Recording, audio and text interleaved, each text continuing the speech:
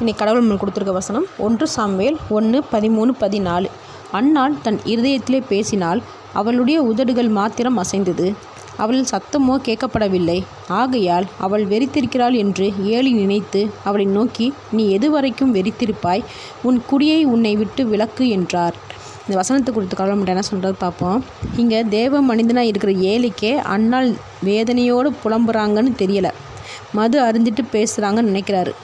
ஒரு தேவ மனிதனுக்கு இது புரியாத போது சாதாரண மனுஷர்கள் என்னென்ன நினச்சிருப்பாங்க. இங்கே நம்ம தேவன்கிட்ட பேசும்போதும் தேவன் மேலே நம்பிக்கை வச்சு சில காரியத்தை செய்யும் போதும் பார்க்குறவங்க சில பேர் பைத்தியம், வேஸ்ட்டுன்னு சொல்லியிருப்பாங்க. ஆனால் அன்னாளை பொறுத்த வரைக்கும் யார் என்ன நினச்சாலும் பரவாயில்ல, நாம் பேசுகிறது தேவனுக்கு கேட்டால் மட்டும் போதும்னு நினச்சி வேண்டதை நிறுத்தவே இல்லை.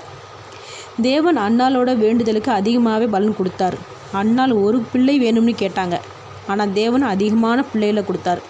அப்போ யார் என்ன சொன்னாலும் என்ன நினச்சாலும் நாம் அதில் ஃபோக்கஸ் பண்ணாமல் தேவனை மட்டுமே ஃபோக்கஸ் பண்ணி தேவன் நிச்சயமாக நம்மளுடைய வேண்டுதலை கேட்பான்ற நம்பிக்கையோடு தேவனுக்கு நாம் என்ன செய்கிறோமோ என்ன வேண்டுறோமோ அதை விடாமல் செஞ்சுக்கிட்டே இருப்போம்.